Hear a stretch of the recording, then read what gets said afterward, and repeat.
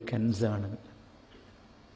മൂന്നാമത്തെ വിഷയം, അൻ അനസ് ബിൻ മാലിക് റളിയല്ലാഹു അൻഹു ഖാൽ, അനസ് ബിൻ മാലിക്കിൽ നിന്ന് നിവേദനം, ഖാല റസൂലുള്ളാഹി സ്വല്ലല്ലാഹു അലൈഹി വസല്ലം, നബി സല്ലല്ലാഹു അലൈഹി വസല്ലം പറഞ്ഞു, മൻ സല്ല അലയ്യ സ്വലാത്തൻ വാഹിദതൻ, ഒരാൾ എനിക്ക് വേണ്ടി ഒരു പ്രാവശ്യം സ്വലാത്ത് പറഞ്ഞാൽ, സല്ലല്ലാഹു അലൈഹി അശ്റ സലവാത്ത്, അള്ളാഹു അവന് 10 ഗുണങ്ങൾ നൽകും. സല്ലല്ലാഹു അലൈഹി അശ്റ സലവാത്ത്, 10 ഗുണങ്ങൾ. തീർന്നില്ല. വഹുത്തത് അൻഹു അശ്റു ഖതീആത്ത്, അവനിൽ നിന്ന് 10 പാപങ്ങൾ അവൻ മായ്ച്ചു കളയും. 10 ഗുണം കിട്ടും, അല്ലാഹു തരും.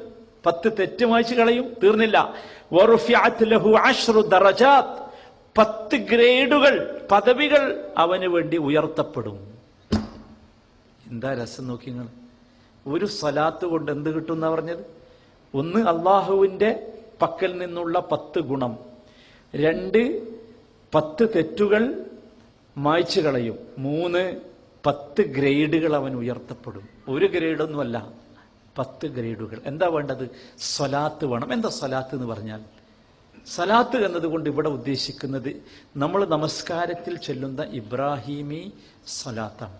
അല്ലാഹുമ്മ സ്വല്ലി അലാ മുഹമ്മദിൻ വഅലാ ആലി മുഹമ്മദ് കമാ സ്വല്ലൈത അലാ ഇബ്രാഹീമ വഅലാ ആലി ഇബ്രാഹീം വബാരിക് അലാ മുഹമ്മദിൻ വഅലാ ആലി മുഹമ്മദ് കമാ ബാറക്ത അലാ ഇബ്രാഹീമ വഅലാ ആലി ഇബ്രാഹീം ഇന്നക ഹമീദും മജീദ്. 5 രൂപങ്ങളിൽ ഈ സ്വലാത്ത് വന്നിട്ടുണ്ട്. 5 രൂപങ്ങളിൽ വന്നിട്ടുണ്ട്. اللهم صل على محمد وعلى آل محمد كما صليت على إبراهيم وعلى آل إبراهيم إنك حميد مجيد اللهم بارك على محمد وعلى آل محمد كما باركت على إبراهيم وعلى آل إبراهيم إنك حميد مجيد. രണ്ടായല്ലോ. മൂന്നാമത്തെ രൂപം നമ്മൾ ഒന്നാമത് ചൊല്ലിയത് തന്നെ, അതിന്റെ അവസാനം ഫിൽ ആലമീന ഇന്നക ഹമീദും മജീദ്. മദ്രസനൊക്കെ നമ്മൾ പഠിച്ചത് അങ്ങനെയാണ്. ഫിൽ ആലമീന ഇന്നക ഹമീദും മജീദ്. അല്ലാഹുമ്മ സ്വല്ലി അലാ മുഹമ്മദിൻ അല്ലാഹുമ്മ സ്വല്ലി അലാ മുഹമ്മദിൻ വഅലാ അസ്വാജിഹി വഅലാ ദുർരിയാതിഹി എന്ന് തുടങ്ങുന്ന ഒരു സ്വലാത്തുണ്ട്. ഇങ്ങനെയുള്ള 5 സ്വലാത്തുകളാണ് ഹദീസുകളിൽ സ്ഥിരപ്പെട്ടു വന്നിട്ടുള്ളത്. ഇതാണ് സ്വലാത്ത് എന്ന് പറഞ്ഞാൽ. മനുഷ്യന്മാരുണ്ടാക്കിയ ഒരുപാട് സ്വലാത്തുണ്ട്, അതൊന്നും സ്വലാത്തല്ല. മനുഷ്യന്മാരുണ്ടാക്കിയ ഒരുപാടുണ്ട്. അതിൽപ്പെട്ട ഒന്നാണ് ഏറെ ജനങ്ങൾ ഈ എന്താ പറയുക, ഏടൊക്കെ ആയിട്ട് നടന്നു ചെല്ലുന്ന ഒരു സ്വലാത്തുണ്ട്, സ്വലാത്തു നാരിയ, നാരിയത്ത് സ്വലാത്ത്.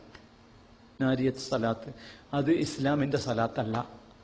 നബി സല്ലല്ലാഹു അലൈഹി വസല്ലമ പഠിപ്പിച്ചിട്ടില്ല. നബി സല്ലല്ലാഹു ഖുർആനിൽ നിർദ്ദേശമാണല്ലോ സ്വലാത്ത് ചെല്ലാൻ. യാ അയ്യുഹല്ലദീന ആമനു സ്വല്ലു അലൈഹി വസല്ലിമു തസ്ലീമ. ആ ആയത്തിറങ്ങിയ സമയത്ത് സഹാബത്ത് ചോദിച്ചു, അല്ലാഹുവിന്റെ റസൂലേ, താങ്കൾക്ക് സലാം ചൊല്ലേണ്ടത് എങ്ങനെയാണെന്ന് ഞങ്ങൾ പഠിച്ചിട്ടുണ്ട്, സലാം അലൈക്കും പഠിച്ചിട്ടുണ്ട്, എന്നാൽ ഞങ്ങൾ എങ്ങനെയാണ് സ്വലാത്ത് ചൊല്ലേണ്ടത്? അപ്പൊ റസൂലുള്ളാഹി പഠിപ്പിച്ചതാണ് ഈ സ്വലാത്ത്. അപ്പൊ നമ്മൾ ചൊല്ലേണ്ട സ്വലാത്ത് ഇതായിരിക്കണം. മറ്റേ ഒരു സ്വലാത്തും നമുക്ക് വേണ്ട. ഏത് ഏടിലുള്ളതായാലും ഏത് കിതാബിലുള്ളതായാലും നമുക്ക് വേണ്ട. നമ്മുടെ സ്വലാത്ത് നബി സല്ലല്ലാഹു അലൈഹി വസല്ലം പഠിപ്പിച്ച സ്വലാത്തായിരിക്കണം. അത് ആ സ്വലാത്തിനാണ് ഈ ഗുണമുള്ളത്. ആ സ്വലാത്തിനാണ് ഈ ഗുണമുള്ളത്. എന്താണ് അതിന് കിട്ടുന്ന ഗുണം? 3 കാര്യങ്ങളാണ് പറഞ്ഞത്. ഒന്നാമത്തേത്, അള്ളാഹു 10 ഗുണം ചെയ്യും.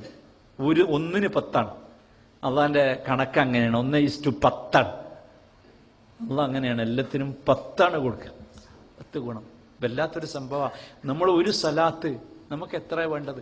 നബി സല്ലല്ലാഹു അലൈഹി വസല്ലം എല്ലാ ദിവസവും നബിയുടെ ചര്യയിൽപ്പെട്ടതായിരുന്നു രാവിലെയും വൈകുന്നേരവും വിക്റിന്റെ കൂടെ 10 സലാത്തുകൾ. അത് നമ്മൾ ശീലിക്കണം. അത് വലിയൊരു സമയമൊന്നും വേണ്ട.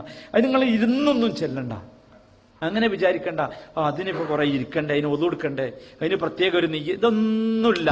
എങ്ങനെയാണോ അങ്ങനെ, ബസ്സിലാണോ അങ്ങനെ, കാറിലാണോ അങ്ങനെ, നടക്കുകയാണോ അങ്ങനെ, കച്ചവടം ചെയ്യാണോ അങ്ങനെ, എന്താട്ടെ.